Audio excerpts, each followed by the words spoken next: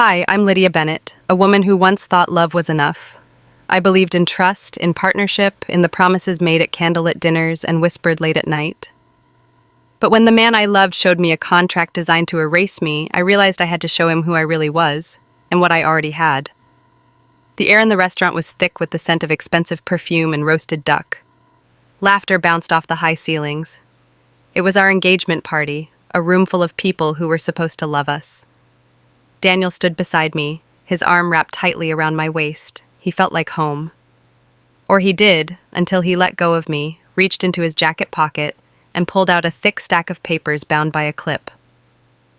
Before we dive in, make sure to like this video, subscribe to the channel, and drop a comment below telling me, where in the world are you watching from?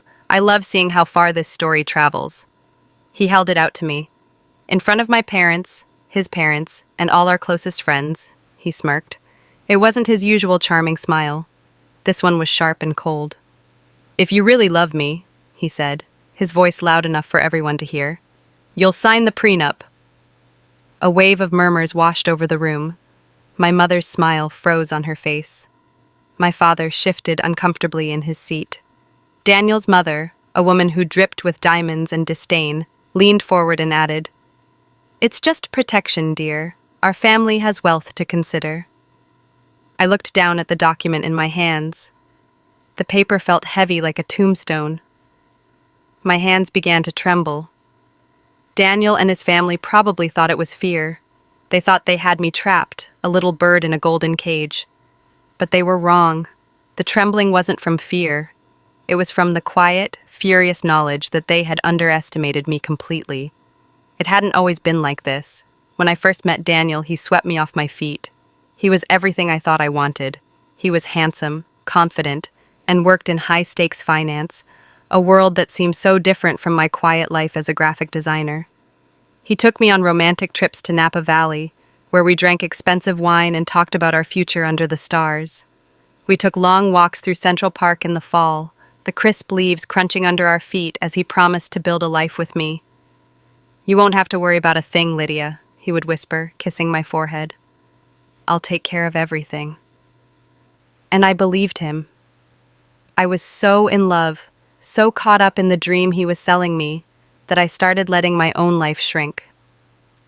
I was on the partner track at my design firm, a goal I had worked toward for years, but I started saying no to late nights at the office so I could be home to have dinner with him. I passed on a major promotion that would have required more travel. I even drifted away from some of my oldest friends because Daniel found them unambitious. I was pouring all of myself into our relationship, believing it was an investment in our shared future. He was my world, and I thought I was his. But looking back now, the red flags were there. They were small at first, easy to ignore. They were disguised as jokes. We'd be at a dinner with his colleagues, and I'd be talking about a project I was passionate about. Daniel would laugh and wrap his arm around me. "Her design job is cute, isn't it?" he'd say to the table, "but it's nothing compared to real finance." The table would chuckle, and I'd force a smile, feeling a familiar sting of embarrassment. I told myself he was just proud of his own career. His family was less subtle. They never missed a chance to remind me where I came from. His mother would look at my clothes and say, "That's a lovely dress, dear. Is it from one of those department stores?" His father would talk about their family's legacy, their properties, their investments, and then look at me with a dismissive air. "You're marrying up, you know," his sister once told me at a family brunch, her voice a low sneer. "You should be grateful." Each comment was a small cut. I would go home and cry sometimes, but when I tried to talk to Daniel about it, he would brush it off. "That's just how they are," he'd say. "They're protective. Don't take it so personally." So I buried my discomfort. I convinced myself that love was more important than money or status. I told myself that once we were married, I would be one of them, and their little digs would stop. I loved him, and I thought that was enough to overcome anything. I was wrong. That engagement party was the moment the illusion shattered. The prenup he handed me wasn't just a legal document, it was a declaration of war. It was a trap.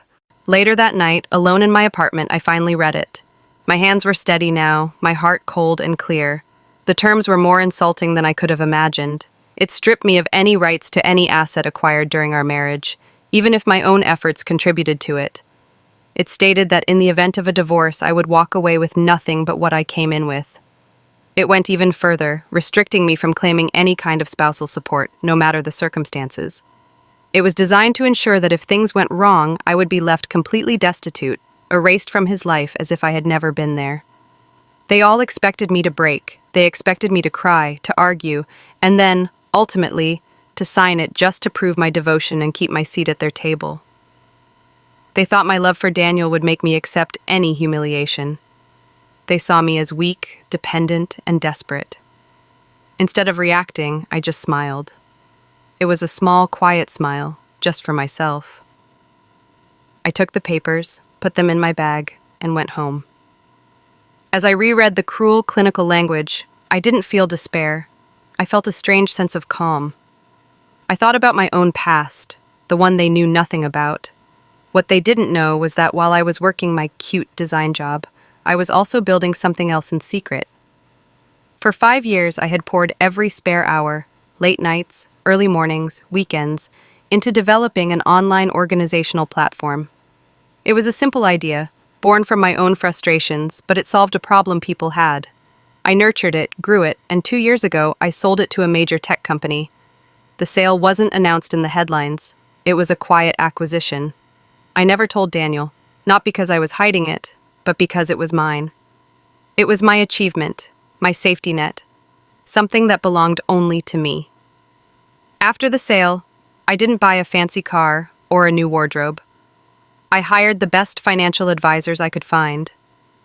I quietly invested my earnings into a diverse portfolio of stocks, real estate, and promising tech startups.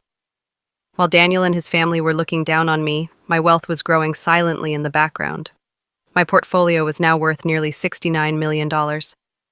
I remembered all the times I had sat at their dinner table, feeling small. I replayed the memories in my head, but this time, they didn't hurt.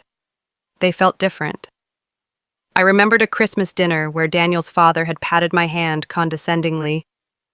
"You're a very lucky girl, Lydia," he'd said, his voice booming across the table. "My son is a great catch. He could have had anyone, but he chose you." The implication was clear. I was nothing, and I owed them everything. I had just smiled politely and said, "I'm very lucky to have him." Inside, I was thinking about the 7-figure real estate deal I had closed that morning. I remembered Daniel's sister, Charlotte, cornering me in the kitchen at a summer barbecue. "I just want you to know," she'd sneered, "don't expect us to treat you as an equal. We protect what's ours." I had just nodded, my mind on a call I'd had with my investment manager about a new tech IPO. I had smiled through all their humiliation, all their little power plays, all while silently knowing that I stood on stronger financial ground than all of them combined. Their wealth was old, inherited, and something they used as a weapon. Mine was new, earned, and something I used as a shield. A week after the engagement party, the pressure started. Daniel called me every day. "Have you had a chance to look at the papers, honey? My parents are asking." His tone was light, but there was an edge to it. The final push came at the following Sunday dinner at his parents' estate. The meal was tense. No one mentioned the prenup, but it was the only thing anyone was thinking about. As dessert was served, Daniel's father cleared his throat. "Lydia," he said, his voice formal, "we need to discuss this document. We can't move forward with the wedding plans until this is official. Have you signed it yet?" All eyes turned to me. Daniel looked at me, a pleading look in his eyes that was mixed with an unmistakable command. His mother sat perfectly still, her expression like stone. They had me cornered. This was the moment of my surrender. I calmly placed my napkin on the table. I reached into my tote bag, which I had placed beside my chair. But I didn't pull out their prenup. I pulled out my own binder. It was sleek and black, professionally bound. I opened it and laid it on the table. Inside were the audited statements of my portfolio, my assets, my companies, all independently valued. The final summary page was on top, the number printed in bold, clear type. $69,000. I slid the binder across the polished mahogany table toward Daniel's father. I spoke softly, my voice perfectly steady. "You wanted protection," I said, looking each one of them in the eye. "I already have mine." Daniel's face drained of all color. He looked from the binder to me, his mouth opening and closing with no sound coming out. He looked like he had seen a ghost. His mother was the first to speak, her voice a sputtering whisper. Why didn't you tell us?" His father stammered, shaking his head. "This can't be real. Where did you get this?" I leaned back in my chair, unshaken. For the first time at this table, I felt completely at peace. The power dynamic had not just shifted, it had been completely annihilated. The trap they had so carefully set for me had backfired spectacularly. They wanted a dependent, a pretty accessory who would be grateful for their scraps. They couldn't comprehend that the woman they saw as nothing was, in fact, untouchable. And their prenup? It was completely irrelevant. My wealth was premarital, separate, and already protected far more securely than their lawyers could ever manage. I could have screamed. I could have listed every insult, every condescending remark, every moment they made me feel worthless. I could have thrown their hypocrisy in their faces. But I didn't need to. I chose silence over rage. My power wasn't in yelling, it was in the quiet truth laid out on their dinner table. I stood up. I took their unsigned prenup from my bag and placed it gently on top of my portfolio. "Thank you for dinner," I said. Then I turned, walked out of the dining room, out of their house, and out of their lives. I never looked back.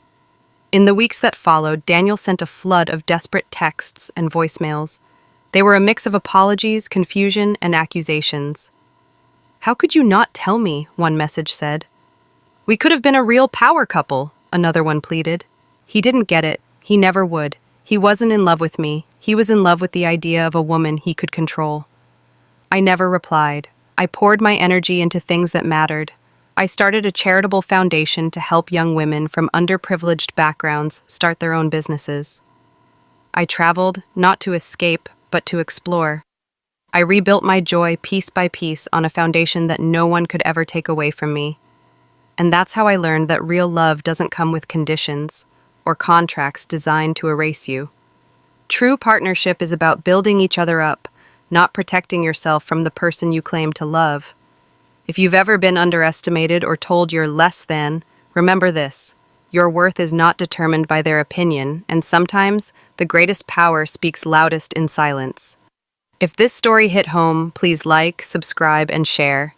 And tell me in the comments, what would you have done if you were in my shoes?